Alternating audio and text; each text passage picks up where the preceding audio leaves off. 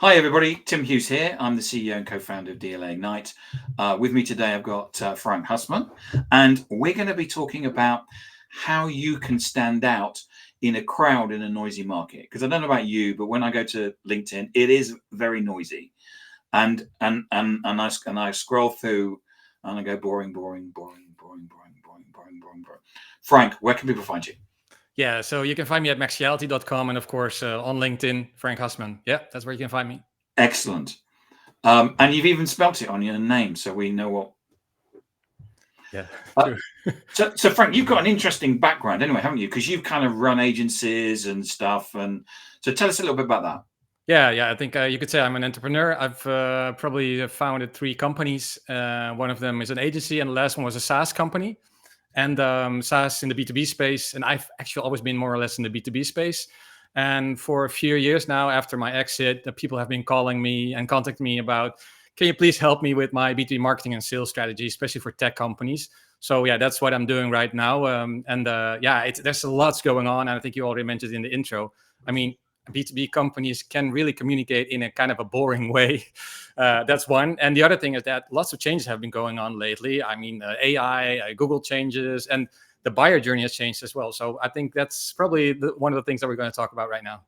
Yeah, so I mean, the thing is that you've got experience of actually, so you're not like I run a marketing agency for the last 20 years. You've actually run companies and have had to do this for yourself. Yeah, true. Yeah, and especially on SaaS, because I mean, it's really a different beast. I mean, yesterday I was talking to someone who said, okay, so he's got a SaaS company, but he also has got an IT company. I said, I'm using 2 different agencies, and I'm one of them for the SaaS company because it has really a different mindset to do tech and SaaS. It's something different, and I think the feedback that I get is that I look at it from an entrepreneurial way, but also from a background that I know the pressure, and I know the things that can. There's so many different things that you have to do when you're running a SaaS. I mean, creating the software is one, but also supporting it, selling it, marketing it is another thing. But I mean, at the end of the day, this is B2B marketing, B2B marketing and sales. So we all face the same challenges. And yeah, I think it helps that I have been in their shoes, most definitely. Yeah. So what's the difference between SaaS and tech then? Yeah, so I mean, semantics is always so a tech company It can must be like, but yeah, so a tech company can be a cybersecurity company offering services, but right. it can also be a hosting company, for example. And a SaaS company is really creating a software product and selling that software product. And I'm mainly focusing on a SaaS software. Yeah. Right. So if as an organization, and as a founder, so I've got a SaaS a company. What is it that I need to do? Yeah, so I mean, if you boil it down, the first thing that you need to do is get product market fit with your software, and this is really hard because at the end of the day, you're selling, you're solving a pain for an audience, a real specific audience, and and the pain point that you're solving, the way that you're solving the solution, it can be like a vitamin, but it can also be a real painkiller. And I would love it if it's going to be a painkiller, because then you find some product market fit and some traction as well, because people will not want to leave your software. So that's the hard part.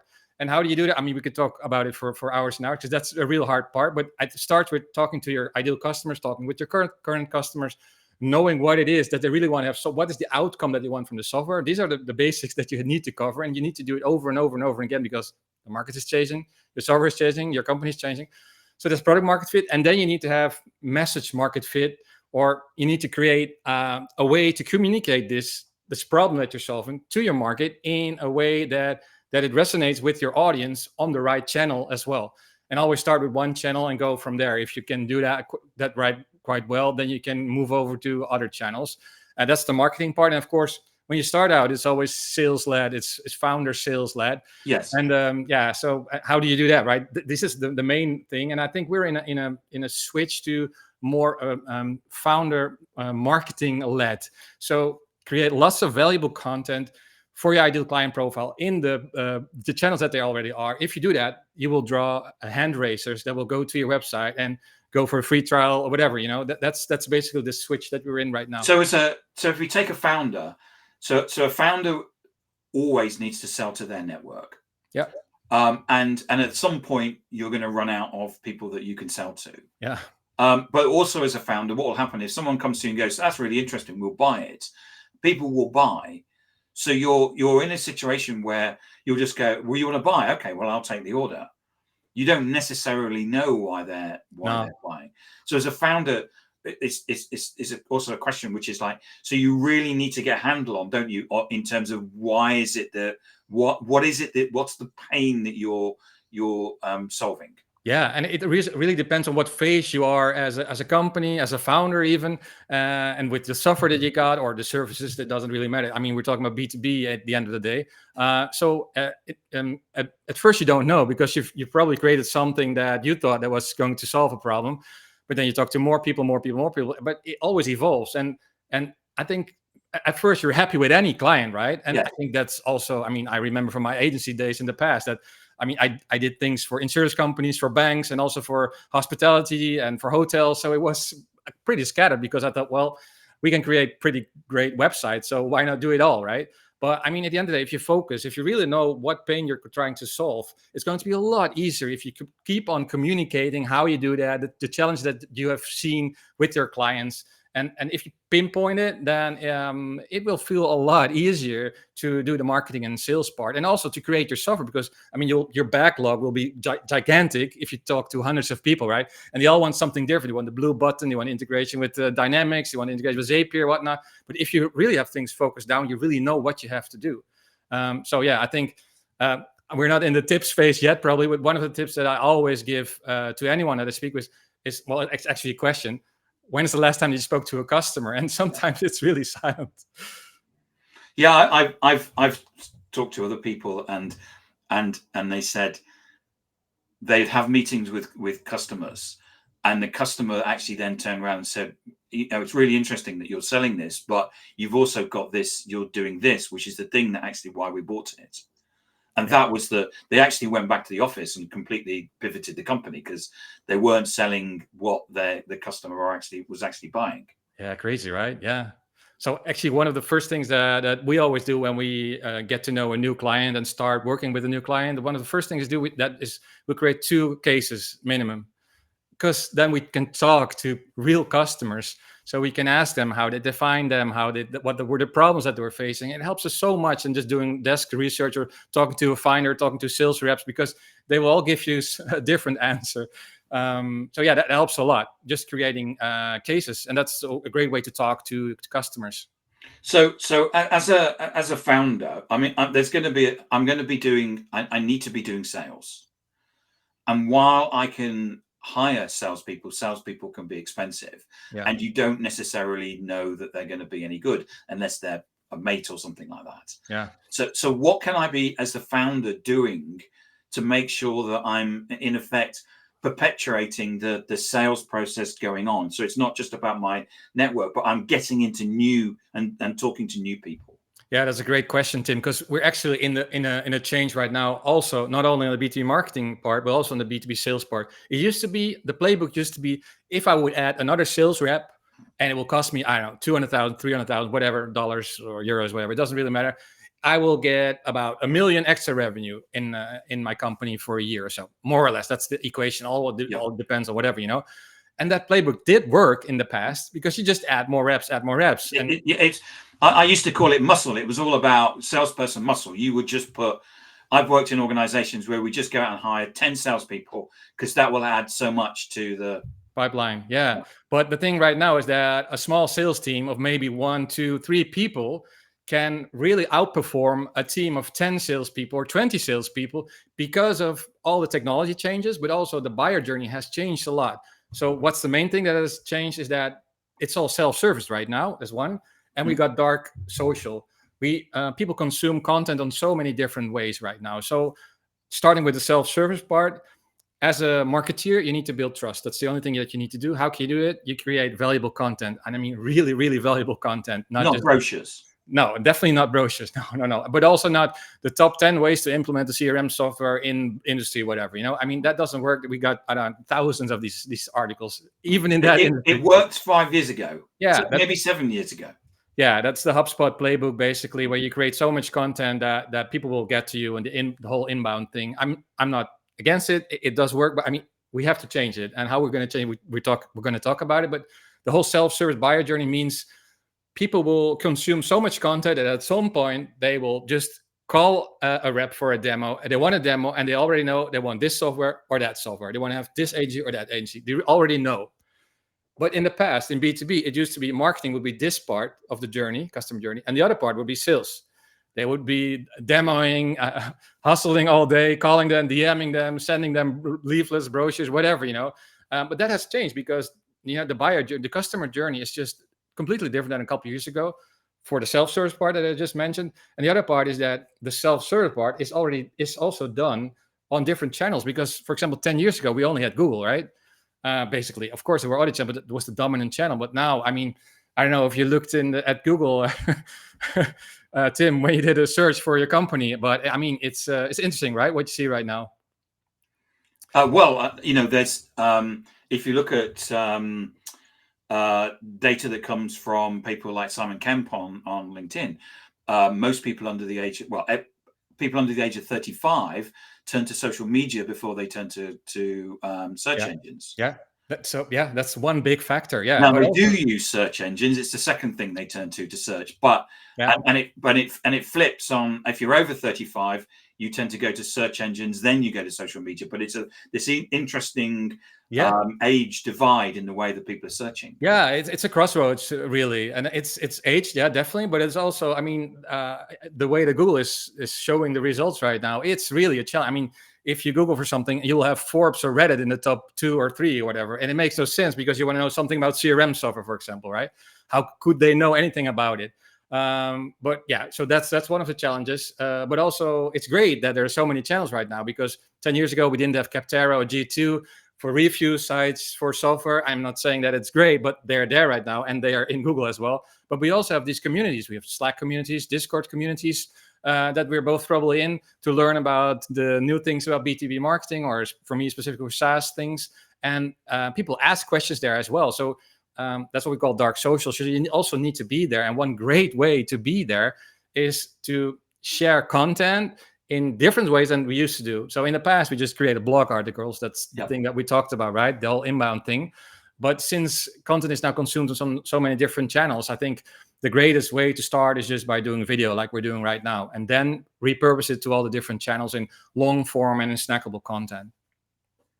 And so in terms of, in terms of, I'm a founder, I want to sell stuff. Yeah. What I need to be doing is I need to be doing content. Right.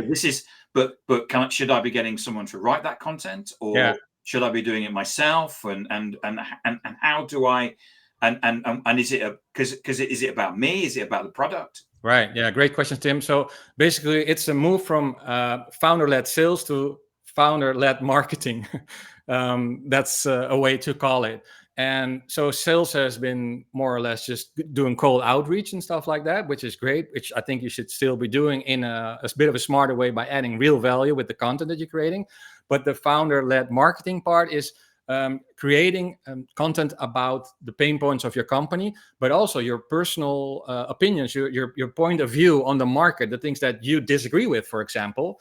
So if you have a strong point of view and you share that for, I don't know, we've seen results in 3 months, but let's say 6 months consistently, you will become an authority in your niche. And I mean a micro niche, right? And I'm not talking about being the You're number not going one to be an influencer in CRM. No. And that's also a great thing to mention, because there are so many LinkedIn influencers and whatnot, or TikTok influencers, but they are using methods and ways to go viral, But I mean, if you're selling an Airbus or a Boeing or, I don't know, software for a specific niche, you don't want to go viral and you have to send all these, I don't know, stuff that you created for free. You just want to create a constant stream of great, valuable, inspirational content that at some point in the buyer journey, because the buyer journey is long, on average 7 months, your prospect will go like, hey, but what I just read, and now I remember what Tim just wrote on LinkedIn, or the video I saw from Tim, I'm going to give him a call. And that's the whole goal of this. Just by it's to be front of mind, isn't it? Yeah, it is. Yeah. And the hard part is, how do you do this? Because I mean, a founder is really busy creating all that content, and most of the time they're not great writers, or if they're great writers, it's fine. But most of them are not, because have got multiple talents most of the time. Or well, anyway, that's a challenge, right? Even if they have the time, they'll do it on Sunday morning, and they'll go like, "Oh, this Sunday I couldn't make it because I have to do something with my kids, or have to attend something." So that's a challenge. The easy way to do is if you have some people in your company. What we do for them is basically, you could do it yourself. Is 1 hour a month. We will record a session like this. Of course, we'll do some pre-production up front with the question that we'd like to have answered. And from this 1 hour of content, we can create 1 or 2 blog articles. We can create at least 8 videos for LinkedIn. And we'll create a couple of YouTube shorts and 2 or 3 YouTube long form videos and an email marketing newsletter. So that's a lot of content for 1 hour from a founder. And if you post that content and you analyze it after a month, you will definitely know what works. And you can amplify what works with LinkedIn ads. So if you do that consistently in your ideal audience, is what we always use custom audiences most of the time. Yeah, you will be omnipresent for them because they will always see you. They always see you, and you do some outreach on LinkedIn as well. Then I mean, you can't be missed basically. And I think to wrap that one up is you already asked about. So what do you have to talk about, right? Yeah. So the things that we talk about, we don't like to talk so much about product. I mean, that has also been something of the past of B2B companies, right? Also about new features, new integrations. I mean, it's interesting for the company, but is it really interesting for the prospects or the customers? No, because they want to have a problem solved. So if you have a new integration, you have to focus on that you can finally integrate with, I don't know, MS Dynamics or Salesforce or whatever, because that solves problem X, Y, Z for this avatar, this specific use case or group of people. But this is just talking about the product. We don't want to focus too much on product. It's showing your expertise by talking about the pain points of your customer, but also developing your own point of view and talking about a point of view. And creating a point of view is hard. You will not get that right away. It takes some time, but at the end of the day, I mean, we all have some things that are, I don't know, bothering us in our marketplace, right? And I think I already mentioned something about some LinkedIn influencers. They have this playbook where they just shout out about just, if you do this, you'll have, I don't know, 10,000 followers at the end of this year or whatever. And just like or comment to get the playbook. I mean, these things are in my opinion, are great if you want to have lots of followers who are not in your ideal client profile. So that's something that I have a strong opinion about. And if you ask me, I will talk about it. And the other thing, and that's just a really good example, though, Frank, of you giving your opinion, because what that does is some people will say, "Well, I think Frank's wrong." Yeah, definitely. And some people like me will say, "I think Frank's right." Yeah. But that's good. Yeah, that's really good. Yeah, because I think you summed it up really great. I think one thing I'd like to add is the other thing is that we're talking about demand generation. We didn't really talk about, but that's also the shift. I mean, from you got 2 minutes, Frank. Lead generation to demand generation is one thing. Marketeers have been always responsible for creating marketing qualified leads. It's really easy to get them because you put a white paper up and you'll have lots of downloads, right? But sales will not be happy about them. So if you do demand generation where you create lots of value up front, you ungate a lot of stuff. You will have people who will raise their hand and go to you, but you didn't even expect them to do actually in the end. And that's a great way of that people will disagree with as well. Again, I think absolutely. I mean, if you look at the figures that are coming out of 6 Sense at the moment, I think gated content has like a 3% return.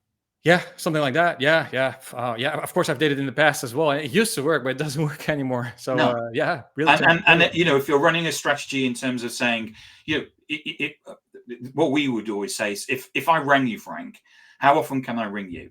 Can I ring you every day and tell you about my product? Yeah. You go, no. No, you can't ring me every day. No, of course not, because I ring you every week. And you go, no, don't. And you say, a month. Okay, I'll take a call every month. But I can post something about every day on social that you can see. Yeah, it's a 24/7 sales rep, basically. Yeah. And that's it is a 24/7 sales rep, which is why it needs to be working hard for you. Yes, completely agree here. Yeah, great. I'm going to write that down actually, because it's it's great.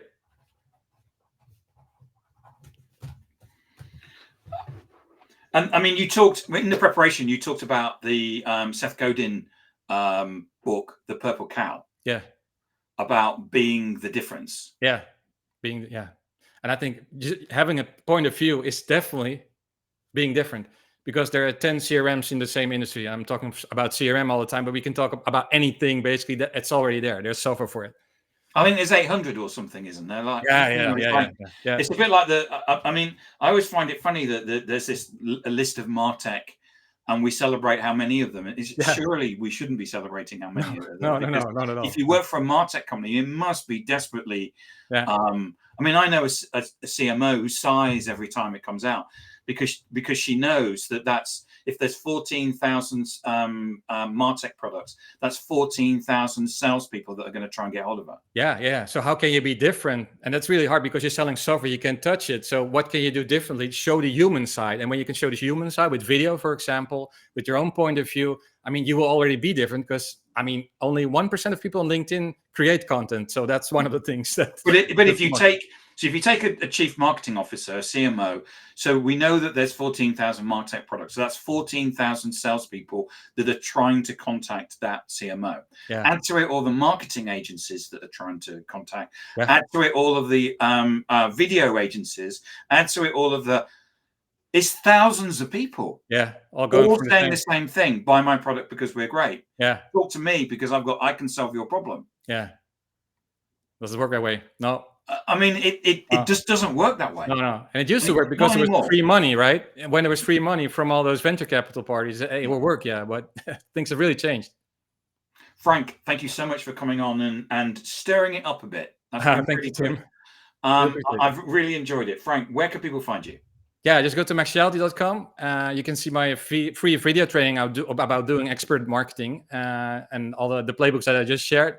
And of course, on LinkedIn, Frank Husmann, just hit me up. Love to share my my thoughts and advice. Yeah.